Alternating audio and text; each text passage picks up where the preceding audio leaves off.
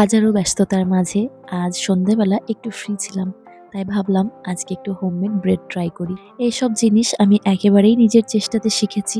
আর আমার ভালো লাগে এগুলো আপনাদের সাথে শেয়ার করতে। কতবার তো এরকমও হয়েছে জিনিসটা খাওয়াই যায়নি, পুরোপুরি ফেলে দিতে হয়েছে। তাও চেষ্টা করে করে মোটামুটি রেসিপিটাকে একটা জায়গায় দাঁড় করাতে পেরেছি। আজকে আমি ব্রেডটা বানাচ্ছি পুরোপুরি গমের আটার। আর এর মধ্যে আমি কিছু সিডস অ্যাড করলাম, যেগুলো আমি হালকা করে রোস্ট করে নিয়েছি।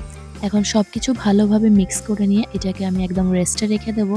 আর ১ ঘন্টা পরে ঠিক এইভাবে ফুলেছিল আমার ডোটা। হাতে একটু তেল নিয়ে এটাকে জাস্ট রাফলি একটু ফোল্ড করে নিতে হবে। তবে আজকে আমার ডোটা একটু নরম হয়ে গেছে, আর একটু টাইট হলে ভালো হতো। বেকিং ট্রেতে এটা আমি প্লেস করে দিয়েছি। এরপর আরও ১ ঘন্টা আমি এভাবে রেখে দেব।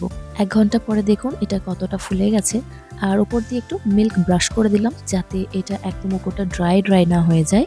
আর এখন লাস্ট স্টেজ, এটাকে আমি 180 ডিগ্রি সেন্টিগ্রেডে কনভেকশন মোডে 40 মিনিটসের জন্য দিয়ে দিলাম।